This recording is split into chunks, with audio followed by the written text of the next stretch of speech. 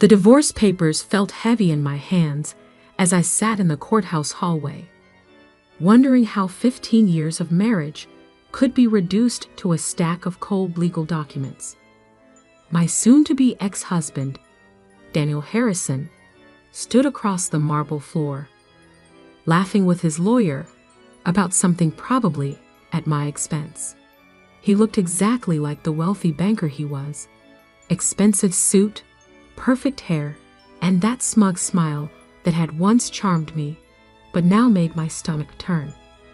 I'm Olivia Wright, though for the past 15 years I've been Olivia Harrison, the perfect banker's wife. I gave up my own career in finance to support his, hosted the right parties, joined the right clubs, and smiled at all the right moments. That's what was expected when you married into the Harrison banking dynasty.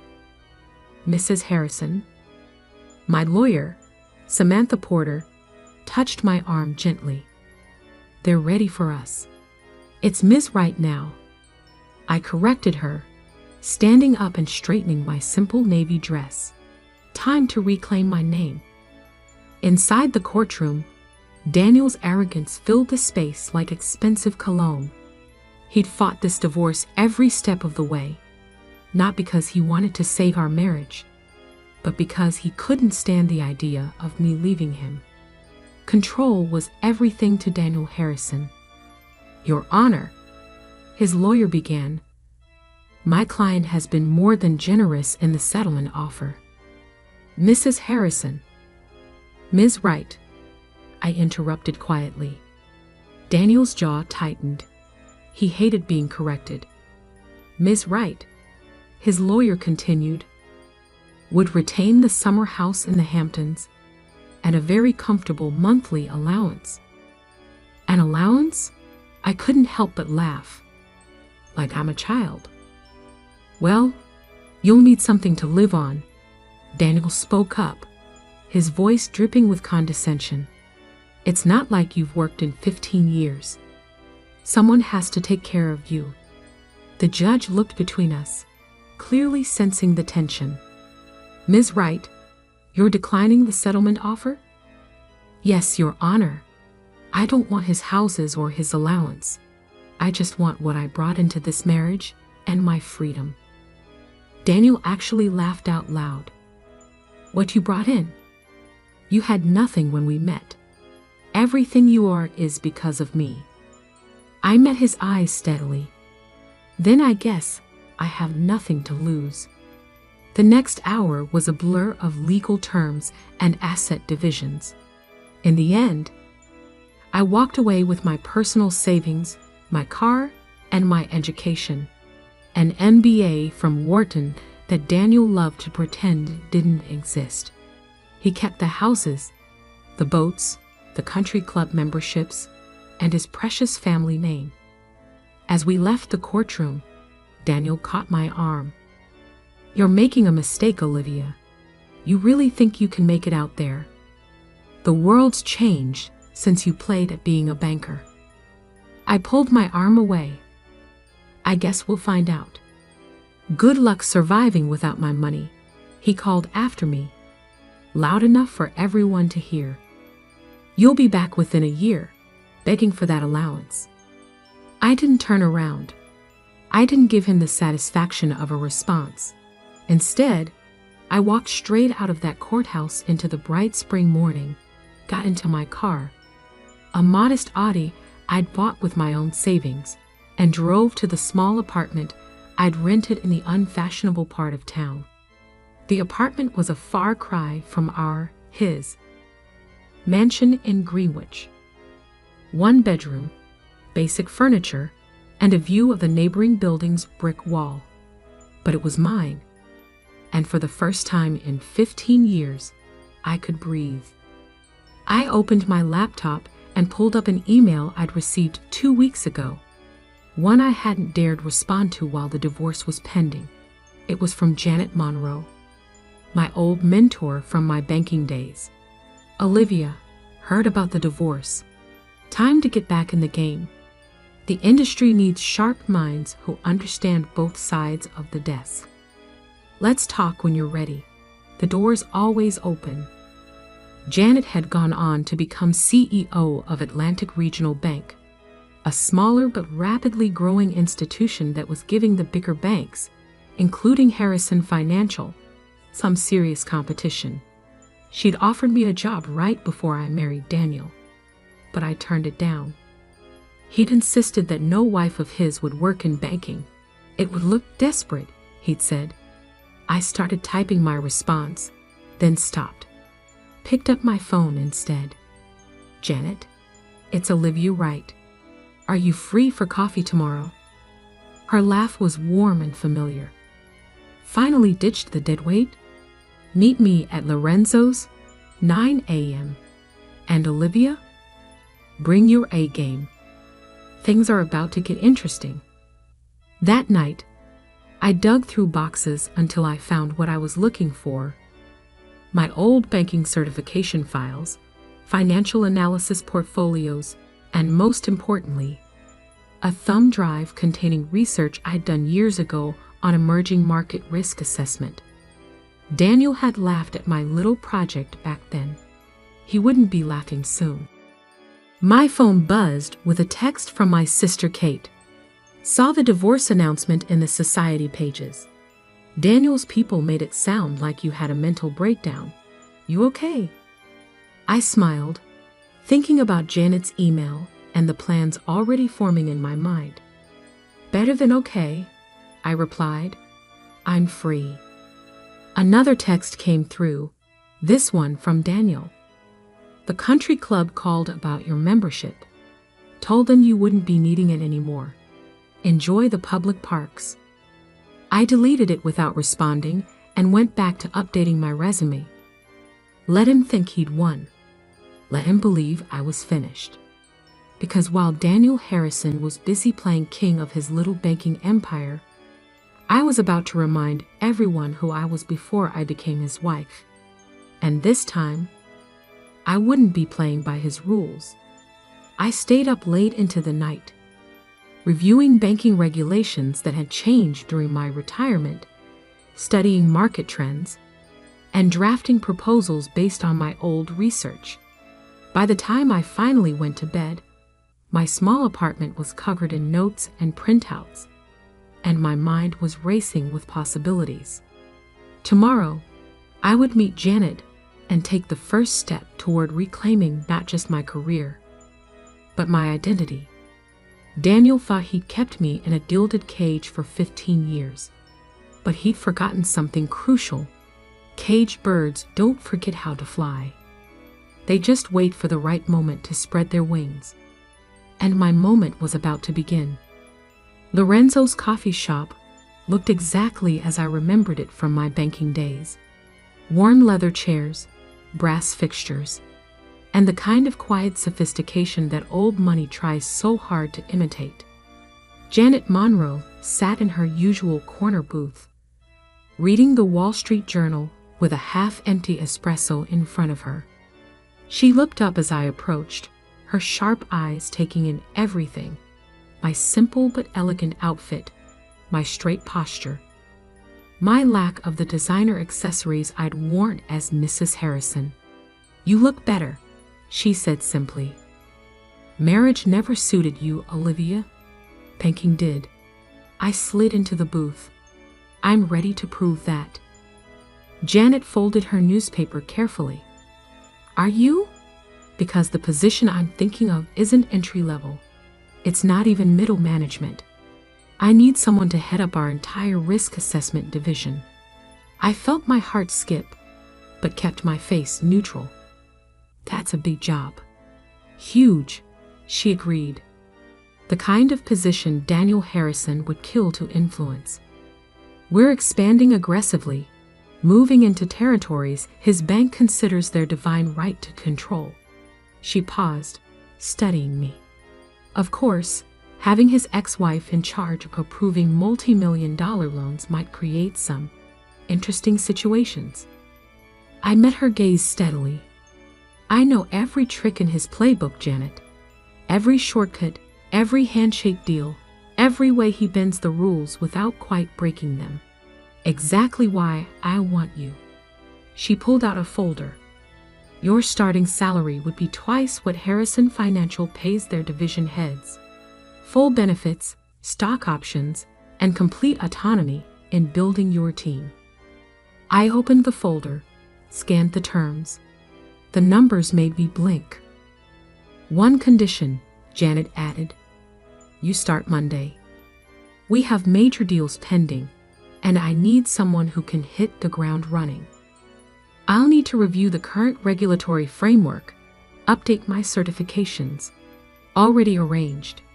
Your credentials are still valid, and I've got you registered for the updated certification exams next month. She smiled. I've been planning this since I heard about your divorce filing 6 months ago. I felt a laugh bubble up. You always were 3 steps ahead.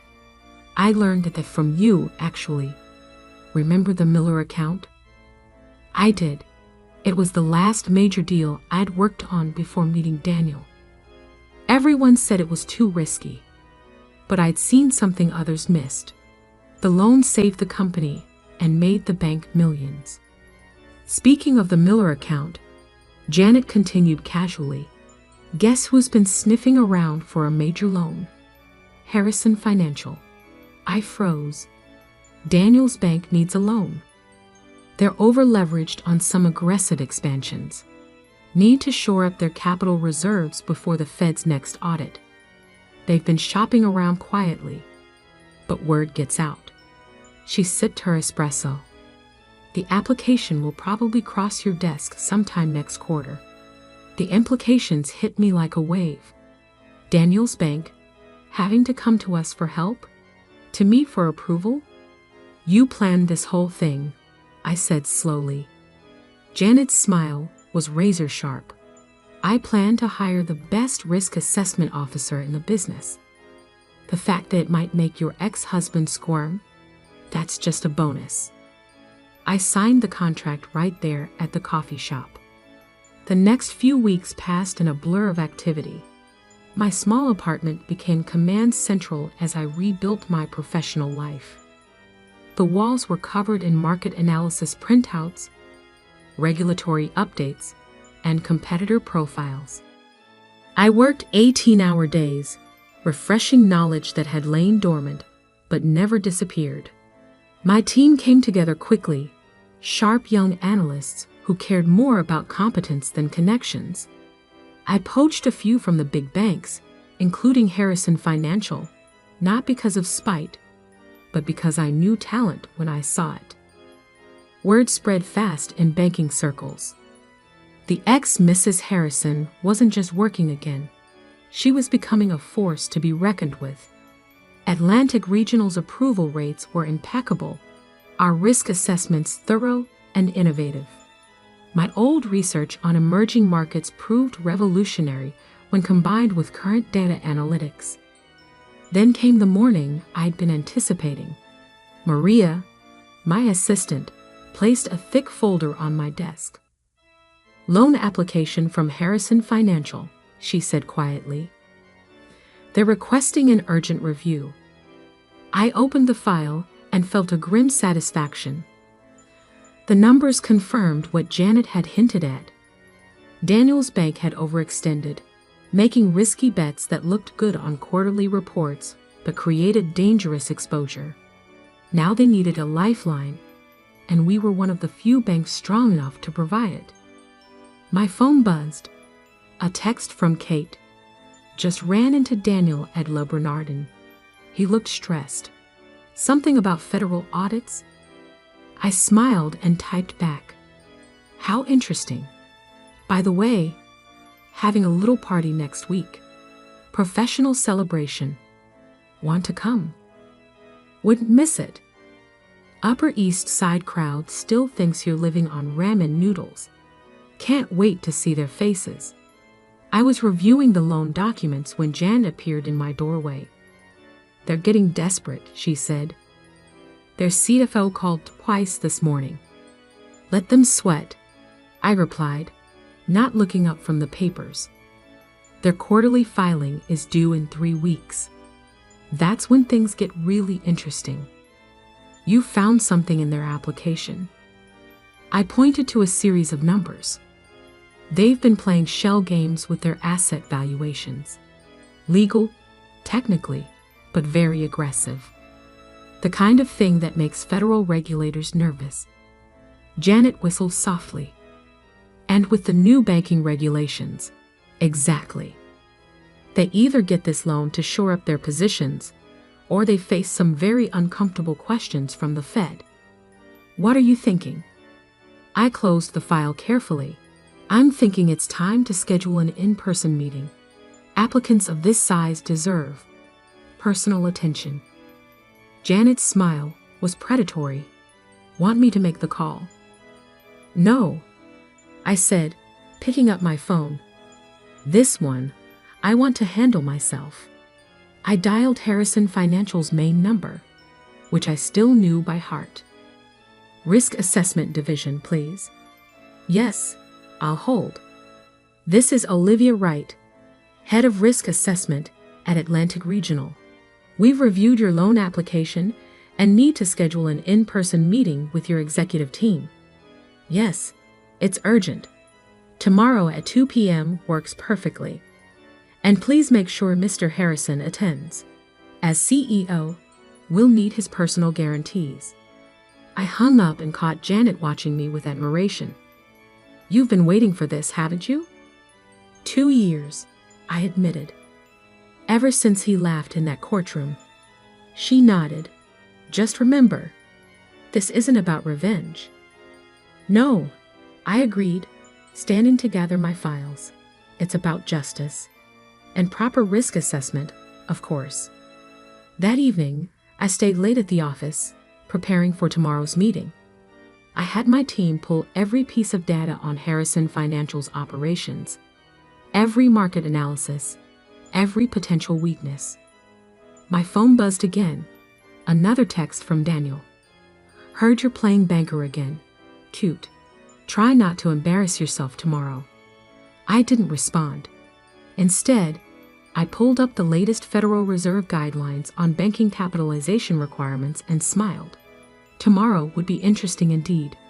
Because while Daniel had spent 2 years believing I was finished, I'd spent that time becoming exactly what he feared most.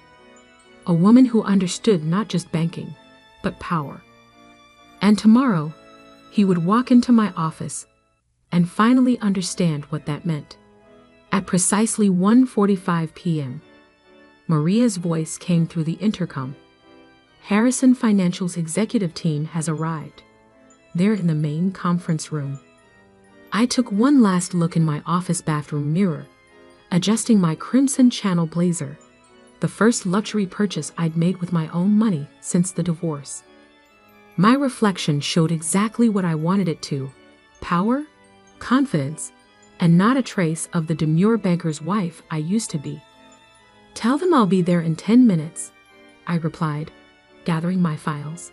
Let them wait. Daniel Harrison had kept me waiting for 15 years. Through the glass walls, I could see them getting nervous. Daniel paced the conference room, checking his watch every 30 seconds. His CFO, Maxwell Peters, kept adjusting his tie. 3 other executives I didn't recognize sat stiffly in their chairs, probably wondering why they'd been summoned to a smaller bank for what should have been a routine loan approval. At exactly 1:55 p.m., I walked in. Daniel's face went through a fascinating series of expressions: shock, anger, disbelief, and finally, a poorly concealed attempt at condescension. Olivia, he managed, trying to sound amused. This is unexpected. Ms. Wright, I corrected him smoothly, taking my seat at the head of the table. Shall we begin? Maxwell Peters cleared his throat. Perhaps we should wait for the department head.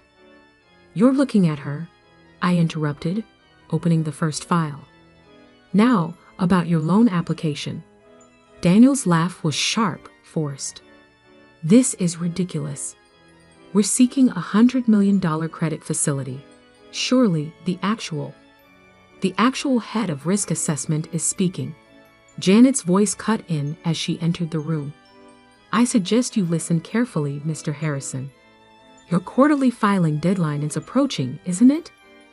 The color drained from Daniel's face as reality finally sank in. He wasn't just facing his ex-wife. He was facing the person who held his bank's future in her hands. I started my presentation, methodically laying out every flaw in their loan application, every questionable asset valuation, every regulatory red flag. Years of watching Daniel operate had taught me exactly where to look. Your Midwest expansion was particularly aggressive, I noted, pulling up a chart. 3 bank acquisitions in 6 months, all heavily leveraged. The Fed's new capitalization requirements must be keeping you up at night. Maxwell Peters shifted uncomfortably. We've maintained all required ratios. Through some creative accounting, I finished for him. Legal? Technically, but precarious. 1 bad quarter, 1 regulatory review, and the whole house of cards collapses. This is absurd, Daniel snapped, standing up. We'll take our business elsewhere. Will you? I asked quietly. Before the end of the quarter? We both know every other bank in the region has already turned you down. That's why you're here. Janet smiled from her corner. Sit down, Mr. Harrison. Ms. Wright isn't finished. I pulled out another document, the final nail in the coffin. Your latest internal audit. Interesting reading. I particularly enjoyed the section on risk exposure in your Asian markets. Daniel's face went from red to white. How did you get that? I believe you know Thomas Chen, the analyst you fired last month for raising unnecessary concerns about your exposure rates. He works for me now. The room went deadly quiet. Everyone knew what this meant. Without this loan, Harrison Financial would face a Federal Reserve audit they couldn't pass. Daniel's empire would crumble. What do you want? He asked, his voice barely controlled. I closed my files slowly. Want? I'm just doing my job, Daniel. Assessing risk. Making sound financial decisions. Isn't that what you always said banking was about? Name your terms. Maxwell interrupted, shooting Daniel a warning look. I laid out the conditions. Atlantic Regional would provide the loan, but with strict oversight provisions. Harrison Financial would need to unwind its riskier positions, submit to quarterly external audits, and most importantly, restructure its board of directors to include independent members. You're trying to take control of my bank, Daniel realized, his voice hollow. No, I corrected him. I'm trying to save it from your ego. You have 24 hours to accept these terms. After that, I'm obligated to share my concerns with the Federal Reserve. The next hour was a blur of technical discussions, terms, conditions. Daniel sat in silence, watching his authority slip away with each passing minute. By the time the meeting ended, Maxwell Peters and the other executives were treating me with a deference that would have been unimaginable 2 years ago. As they filed out, Daniel lingered. You planned this, he said quietly. All of it. No, Daniel, you did this to yourself. I just happened to be in the right position to catch you. He stepped closer, lowering his voice. I made you who you are. That's where you're wrong, I replied, gathering my papers. I was always this person. You just never bothered to notice. After they left, Janet appeared in my office with 2 glasses of champagne. That, she said, was masterful. I took a glass, watching through the window as Daniel's team hurried to their waiting cards. It's not over yet. No, she agreed. But phase 1 is complete. Ready for what comes next? I smiled, thinking of the changes coming to Harrison Financial, the opportunities opening up in the industry, the looks on all those society faces when they realized who I'd become. Absolutely. The next few months transformed everything. Harrison Financial accepted our terms. They had no choice. The story sent shockwaves through the banking industry. The ex-wife, who went from trophy to kingmaker in 2 years, became legend in financial circles. Daniel was forced to step down as CEO 6 months later, after the independent board members discovered even more problems with his leadership. Last I heard, he was consulting in Dubai. Far from the New York banking world he once ruled. I kept my position at Atlantic Regional, but now with expanded responsibilities. Janet and I were revolutionizing how regional banks operated, creating a new model of ethical, sustainable growth. 1 year to the day after that fateful meeting, I received a letter from Daniel's sister, Catherine. We'd been close once, before the divorce. I never thought I'd say this, she wrote, but you did him a favor. The bank's stronger now than it ever was under his control. He just couldn't see past his own ego to recognize what he had in you. I folded the letter and looked around my corner office. So different from the small apartment where I'd started my comeback. On my desk sat a new photo. Me ringing the opening bell at the stock exchange. Janet beside me, celebrating Atlantic Regional's record-breaking quarter. My phone buzzed. A message from Kate. Guess who I just saw at Le Bernardin? Daniel's ex-girlfriend, the one he left you for. She was having lunch with her new husband, a junior analyst at your bank. I laughed out loud. Life had a way of coming full circle. That evening, I gave a speech at the Women in Banking conference. Looking out at the sea of faces, many of them women who'd been dismissed, underestimated, or pushed aside. I shared my story, not to gloat, but to show them what was possible. Success, I told them, isn't about proving others wrong. It's about proving yourself right. Later at the reception, a young analyst approached me. Ms. Wright? I'm in a similar situation. My boss keeps taking credit for my work, telling me to be patient, paying my dues. I handed her my card. Come see me Monday.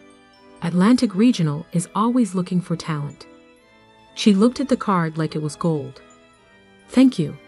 You know, you've become something of a legend in banking circles. I smiled, thinking of that day in the courthouse when Daniel laughed at my chances of survival. The thing about legends, I said, is that they usually start with someone being underestimated. As I drove home that night, past the glittering towers of Manhattan's financial district, I thought about how far I'd come. Not just in terms of success, but in understanding my own worth. Daniel had been right about one thing. I wouldn't survive without his money. I would thrive without it. Because in the end, the best revenge wasn't taking his bank or exposing his failures. It was becoming the person I was always meant to be, the person he tried so hard to keep contained. And that person? She was just getting started. When the Wall Street Journal ran their annual Women in Finance issue the following month, my story was the cover feature. The headline read, "The Queen of Regional Banking: How Olivia Wright Transformed an Industry." Daniel sent a copy to my office, a yellow sticky note attached. Congratulations. You proved me wrong. I added the magazine to my wall of achievements, right next to the original divorce papers. Together, they told a story, not just of revenge or redemption, but of reclamation. Because sometimes the biggest power move isn't taking someone else's throne. It's building your own kingdom.